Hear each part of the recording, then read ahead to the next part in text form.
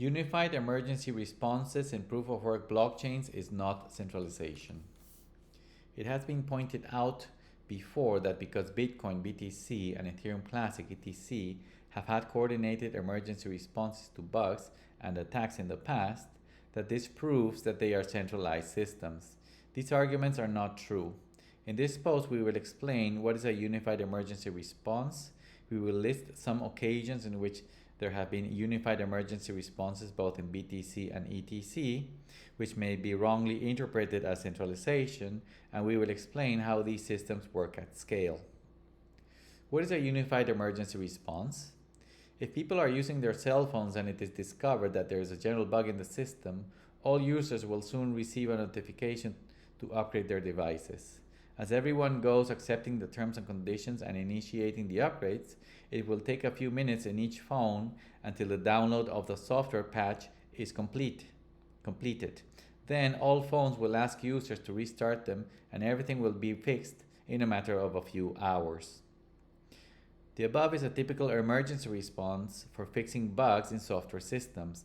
They are so easy and smooth because those systems are centralized. Therefore, very few people direct the whole upgrade process, and our devices and operating systems have channels and backdoors through which the providers can communicate instructions to users or sometimes even manage the systems remotely. This kind of unilateral response is impossible in decentralized blockchains such as Bitcoin and Ethereum Classic. With so many independent nodes in the networks located in different continents, regions, countries, and cultures, to achieve this level of centralized coordination is practically impossible. This is why these systems are secure. However, Bitcoin and ETC have repeatedly been upgraded very quickly after catastrophic bugs or attacks. How does an emergency response look like in a decentralized blockchain? If anywhere in the world any user detects a failure in Bitcoin or ETC, they will immediately report the problem on social media and or in the GitHub repository of the respective blockchain node's software.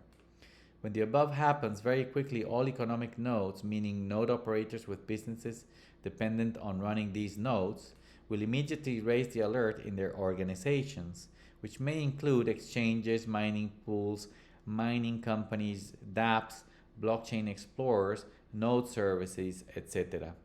As the core developers of these systems are alerted by all the noise in the ecosystem, they will immediately try to identify and create an emergency patch to correct the failure. When the patch is announced by core developers, then the whole ecosystem of these blockchains will download and activate the new software, thus resolving the problem. Example of emergency responses in Bitcoin. The overflow bug of 2010. On August 15, 2010, on block 74,638, Bitcoin issued 184 billion BTC. This was a bug in the software client that a hacker discovered and started to exploit. Core developers identified the failure within 90 minutes. Within a few hours, the patch was released and the network went back to normal. The 2013 involuntary fork. In March 11 of 2013, some nodes in the Bitcoin network started to work on a different blockchain than the rest of the nodes. This is what is called a network split. The Bitcoin node software had been upgraded from version 0.7 to 0.8, but not all operators had done the upgrade. Because of a glitch in the 0.8 version, all the nodes and miners with that version split from the mainnet. After several alerts and alarms on social media, core developers started to work on a fix and persuaded all network users to downgrade their nodes to the 0.7 version, fixing the failure. Example, emergency responses in Ethereum Classic. The gas reprice of 2016. In October of 2016, a series of attacks on Ethereum Classic started to happen due to an inadequately low cost of certain operation codes in the virtual machine. After 10 to 14 days of development and ecosystem coordination, the fix to rebalance the gas costs were introduced by core developers by way of a hard fork on block 2,500,000. The 51% attacks of 2020. In August of 2020, there were a series of 51% attacks on ETC that involved the loss of several $million to the victims.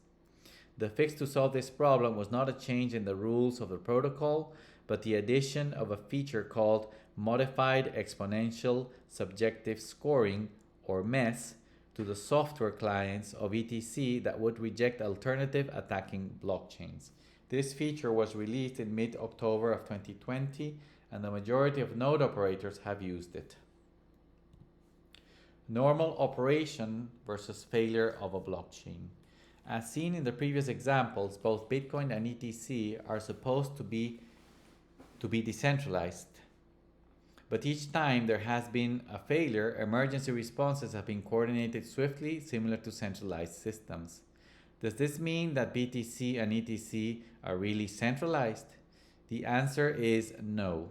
Whoever makes the analogy of centralized operating systems with decentralized blockchains is failing to distinguish the differences because they are making a very simplistic comparison of unified behavior and response times and are not identifying the causes of such behavior.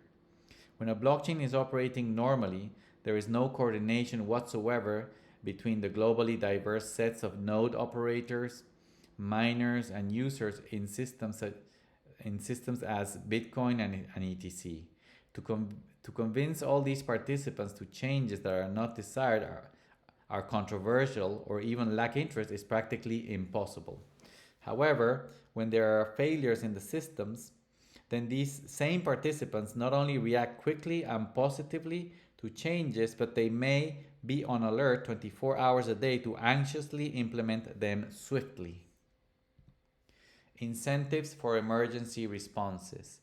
The reasons for this highly coordinated emergency response behavior in decentralized systems is that the incentives for resolving failures are the same as the incentives for the systems to be live and running in a totally decentralized way. Liveness and decentralization are valuable because they guarantee the correct operation, censorship resistance, permissionlessness, and immutability of the ledger with accounts, balances, sound money, and unstoppable applications. The minute that these attributes are threatened by software bugs or attacks, all ecosystem operators and users of the blockchain will naturally want to fix the system as soon as possible. There's no mystery, conspiracy, or centralization. It is just the incentives of the ecosystem that drive it to act in a unified and coordinated fashion. Incentives for decentralization. Proof of the above argument is that each time Bitcoin or ETC have been fixed after failures, they have both returned to full operation very quickly in a totally decentralized manner. And when any new controversial changes have been proposed, the typical debates and cantankerous attitudes between the same participants has regained the floor. In social groups, if decentralization is achievable without degenerating the system, then participants will choose decentralization. Centralization is not a desired state of affairs. Voting, democracy, and republic are not ideal systems. They're just the least worst we can do. But in proof-of-work systems, there cannot be tyrants, kings, constitutions, presidents, or congresses. It is not possible because participants will never choose that, because they are not necessary, and they will always prefer to split. Ethereum Classic at scale is decentralized. As a final note, it is important to highlight that when these systems are small, or their ecosystems are developing, they may seem centralized because few players control significant shares of the resources. This is yet another fallacy in which detractors may fall. Blockchains such as Bitcoin and Ethereum Classic are even more decentralized at scale. It is just a matter of growth. As these networks grow, there will be more node operators in more regions spread around the world. There will also be more miners seeking cheap sources of electricity, which are naturally distributed around the globe. And there will be more users, investors, and app developers everywhere who will permissionlessly access the system. The increase in all these participants and the fact that BTC and ETC use proof of work makes them more decentralized and immutable. Thank you for watching this Ethereum Classic video. To learn more about ETC, please go to ethereumclassic.org. Thank you very much.